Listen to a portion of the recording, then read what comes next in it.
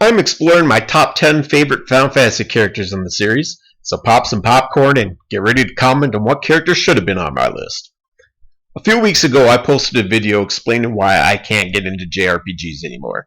But there are a few things I really do enjoy about them, like the art design and the music, and for me, Final Fantasy tends to do this the best.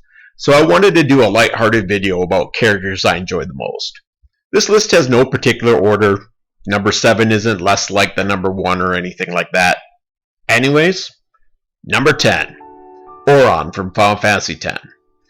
Final Fantasy X is a pretty solid cast, and the only character I could do without with is Titus, but it wouldn't be a Final Fantasy game without a teenager shoehorned in as the lead. Auron provides the heavy hitting for the party. He has that samurai-esque vibe going on, focused and intense, and just kind of feels like the party's protector. Yeah, Waka could do that, but his weapon is a blitzball, so that's a no-go. Number 9, from Sephiroth from Final Fantasy VII. Let's just get this out of the way. I'll admit there was some part of me that wanted to keep him off the list, just because he's on everyone's list and maybe someone else should get some exposure, but there's a reason he's on everyone's list, and Sephiroth is on mine too. Sephiroth is a great antagonist because he doesn't start as one. He's a well-developed character, and the game does a real good job at building up his power hype. The player slowly discovers Sephiroth's history as you track him, and it leads to a feeling of knowing the character. Plus, he's the first bad guy to permanently kill a main character. Spoilers. Number 8, Terra from Final Fantasy VI. Final Fantasy VI is my favorite of the series, so there's some bias in that.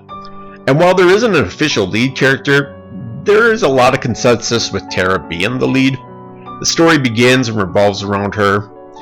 Edgar and Terra are always in my main lineup. She can morph into an Esper, and she can use the best weapons in the game without any special items.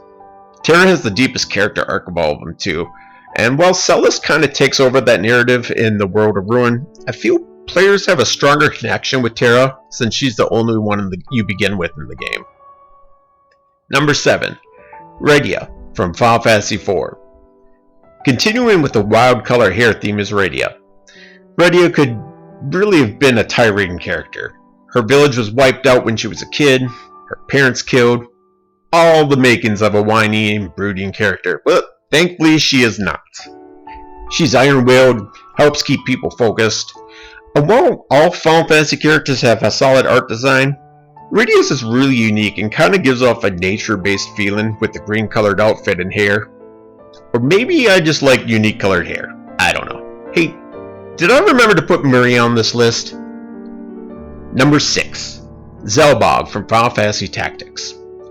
Final Fantasy Tactics is a masterpiece, and I wanted to have at least one character from that game on this list, but it was really hard to decide on who. All the characters are so interwoven with each other that made it difficult to pick out one that stood above the others. But I always remembered when I first played the game there was one character I really wanted to play more than any of the others, and it was Zelbog.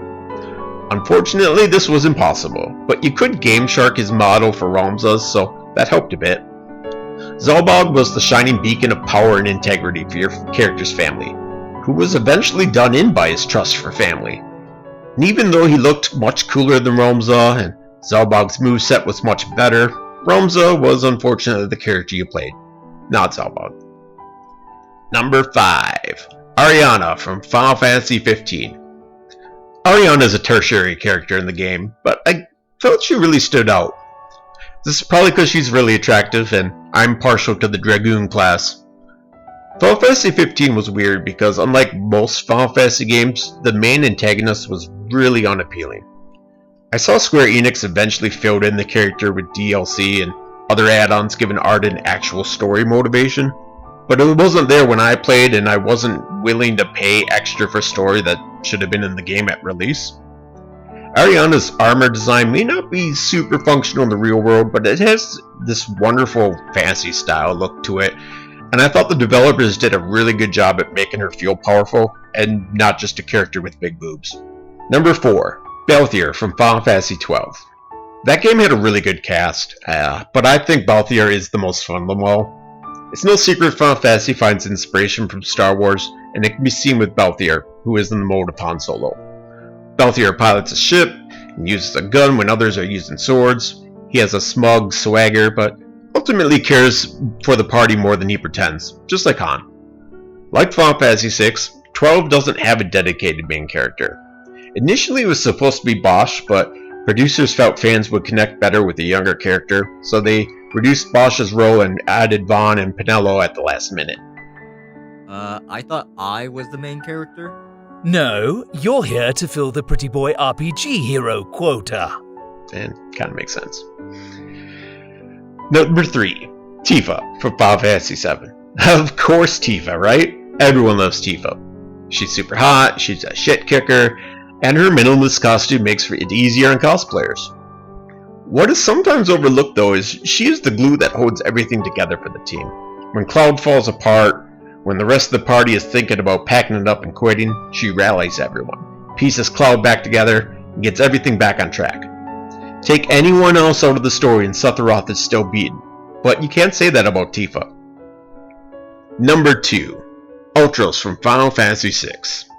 I enjoy Ultros, I really do. Nothing about him makes sense, and that's why he's so great. He's a purple octopus who's horny for human women, hates men and their muscles, and has a puffed up sense of worth. I must not be alone in liking him because he's been added to a bunch of later games and re-releases. He's a well-timed bit of comedy in particular tense moments, whether it's trying to wreck an opera or having his portrait painted by Rome, it's always welcome. Number 1, Kefka from Final Fantasy VI. The best Final Fantasy villain. You guys can debate that between yourself whether it's Kefka or Sephiroth. They're both great, but for me it's Kefka. A great Imperial general who loses his mind after Magitech experimentation, he's the series' one true nihilist. His art design furthers this chaotic feel, giving a flamboyant, silly, and bold look all at the same time. Unlike any Final Fantasy games before, or after for that matter, Kefka succeeds in his plans, over and over again. He besieges a castle, but instead of storming it, he poisons the river, killing everyone there, including his own soldiers taken prisoner. He opens up the Esper world, kills a ton of Espers. He kills the Mega Chad General Leo, and right before his boss is about to win and rule the world, Kefka kills him because he'd rather just destroy the world instead of ruin it. Kefka, Final Fantasy's best villain. There we are, 10 of my favorite Final Fantasy characters. And there are literally hundreds of Final Fantasy characters, so I'm sure there are favorites that I don't have on this list. But I really do want to know your favorites though, so let me know in the comments, let's chat about it. If you want to see some really funny Final Fantasy stuff though, check out Rabtude's Final Fantasy in a Nutshell series. I love it. This link's in the description. I'm Andrew. Thanks for tuning in.